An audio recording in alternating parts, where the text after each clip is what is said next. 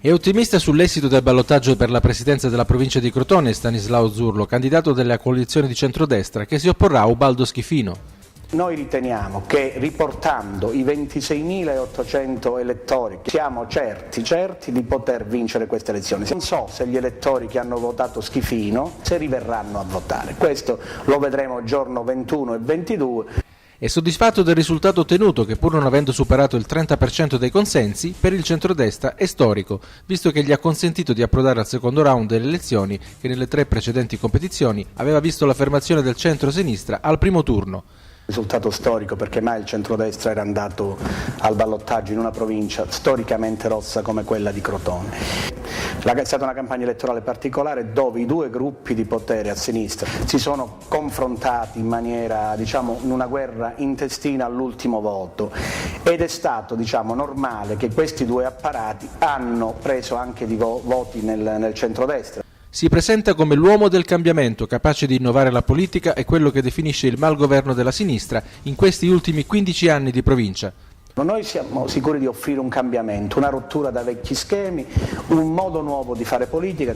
Dall'altra parte c'è un vecchio modo di fare politica. Gli elettori potranno, secondo me, a questo punto scegliere se provare a cambiare oppure gli va bene questo stato di cose e allora potranno ridare fiducia al centro-sinistra, ridare fiducia a Schifino, ma sapranno che continueranno a stare con un non governo della città e della provincia come è stata fino adesso. Al ballottaggio confida di mantenere i voti del primo turno, affiancando qualche altro consenso di ritorno per una tornata che, a suo dire, sarà più libera dai condizionamenti delle liste. Come dicevo in apertura, c'è un voto di potere, di gestione, che in zone purtroppo povere come le nostre hanno la loro influenza.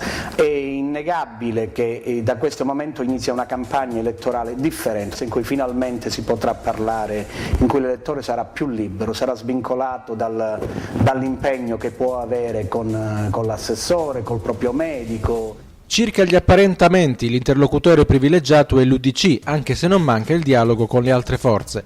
Noi stiamo valutando, noi abbiamo un partner naturale, dico io, con cui ragionare, che è l'UDC, perché riteniamo che l'elettorato sia un elettorato simile, un elettorato che ha la stessa sensibilità. Attacca frontalmente il suo competitor, Schifino, lamentando che nella sua lunga esperienza di amministratore pubblico non è riuscito a realizzare mai qualcosa di concreto. Lui mi deve dire una cosa che ha fatto, che ha realizzato. Lui nella sua lunga attività politica in cui ha rivestito assessore alla sanità, assessore al turismo, presidente di ASL, lui che cosa ha fatto?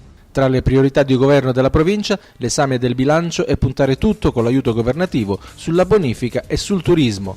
Dopo aver controllato chiaramente la situazione finanziaria dell'ente provincia, perché c'è da vedere la situazione dei derivati, di riorganizzare la macchina amministrativa in maniera che possa funzionare e c'è poi immediatamente da mettersi in macchina e andare a Roma a far partire, sbloccare situazioni come la bonifica, che è prioritaria a ogni asse di sviluppo. Attenzione sarà data anche alla disoccupazione giovanile con l'attivazione di stage remunerati presso le aziende attraverso fondi PON o borse di studio. Partiremo subito con degli interventi sull'agricoltura e sul turismo e dopodiché agiremo sulla leva sulla disoccupazione giovanile, sui giovani che non trovano lavoro. Attiveremo una serie di interventi sull'agricoltura, di stage retribuiti attivando i fondi PON proprio per facilitare questo inserimento dei giovani nelle realtà locali.